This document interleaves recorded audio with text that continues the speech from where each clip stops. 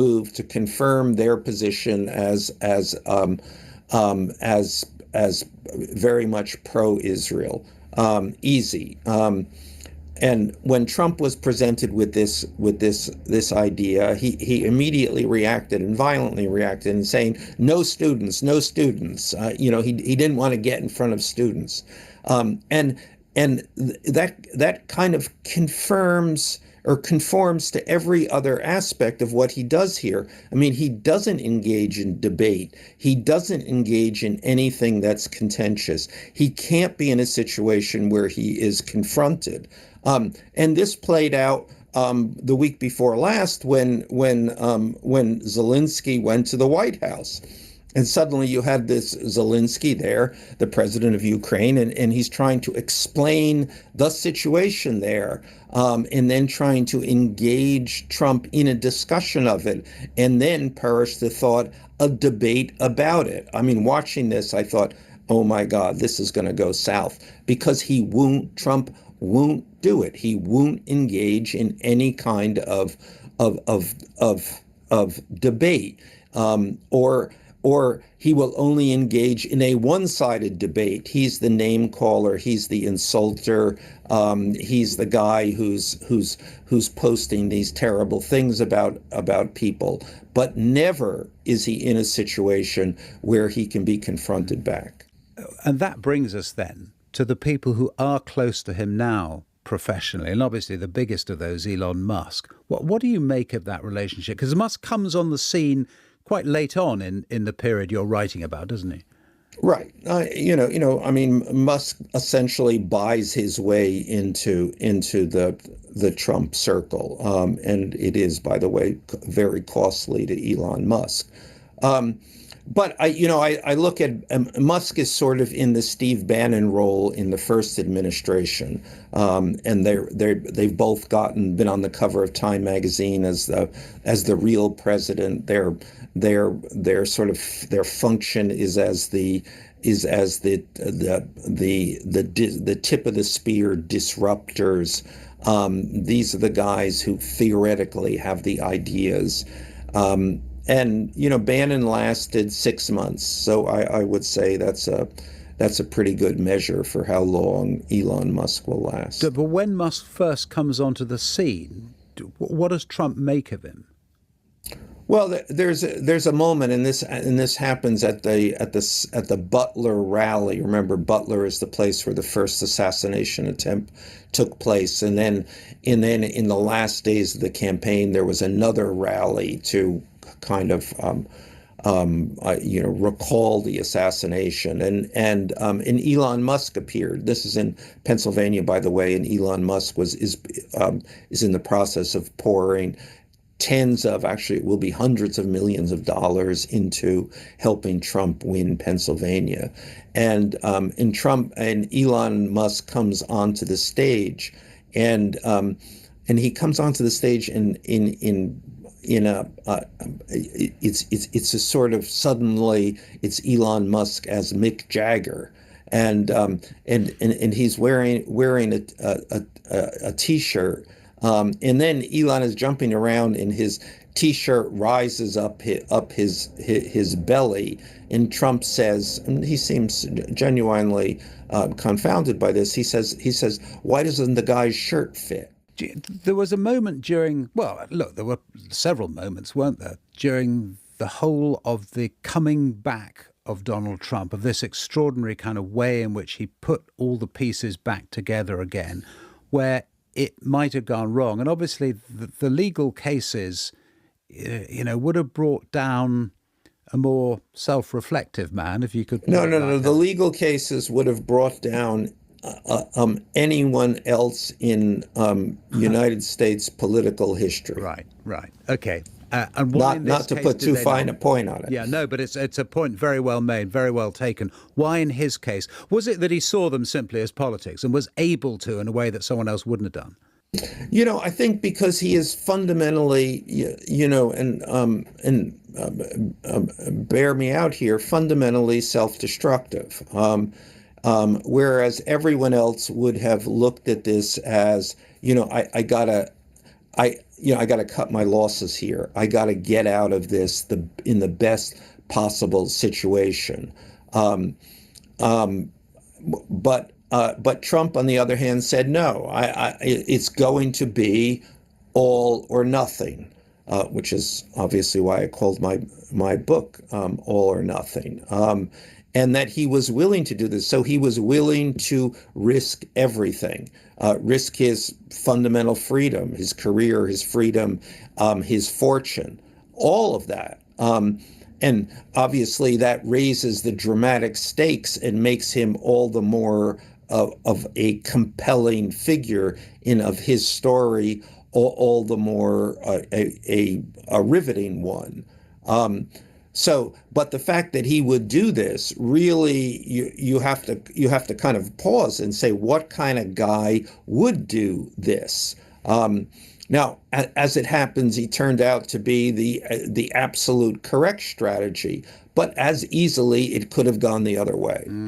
There's a moment where you talk about the mugshot. We made a lot about the mugshots, and obviously, well, everyone has, but we covered it a lot during the campaign, the way in which he kind of politicized the mugshot. But he likes it from the moment it's taken, doesn't he? Completely. Again, it's him, whereas anyone else would have seen their mugshot as the kind of ultimate humiliation. He sees it as the ultimate promotional opportunity. And he did promote it, and he did use it, and he used it politically. Is it fair to say that the Democrats should have seen this coming, and either the Biden Justice Department, Merrick Garland, the Attorney General, should have acted quicker if they were going to take legal action against it? Yeah, well, I think you can analyze what the Democrats did and find fault with everything. They did everything wrong. They like the media, like most other institutions in the U.S., have misunderstood Donald Trump. I mean, they just had no idea who this guy is, how he functions. And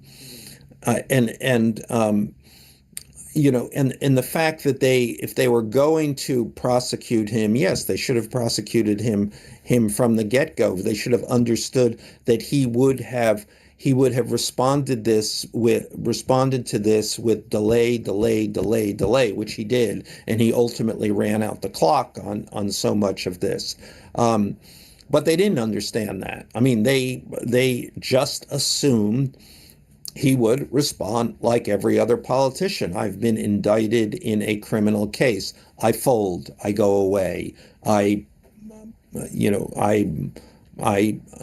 will, like everyone else, plea bargain. And clearly he did not do that. What's more, they really gave him the issue that he ran on. I mean, that was the issue of the campaign. They are victimizing me. They are coming after me. If they're coming after me, they're coming after you. It's interesting, isn't it? Because that is exactly what's happening, you could say, at the moment, isn't it? I mean, he's in another battle with the courts, albeit from a different perspective. But it's the same playbook. Absolutely. But it is very important, as we think about this, to understand how dopey the Democrats have been.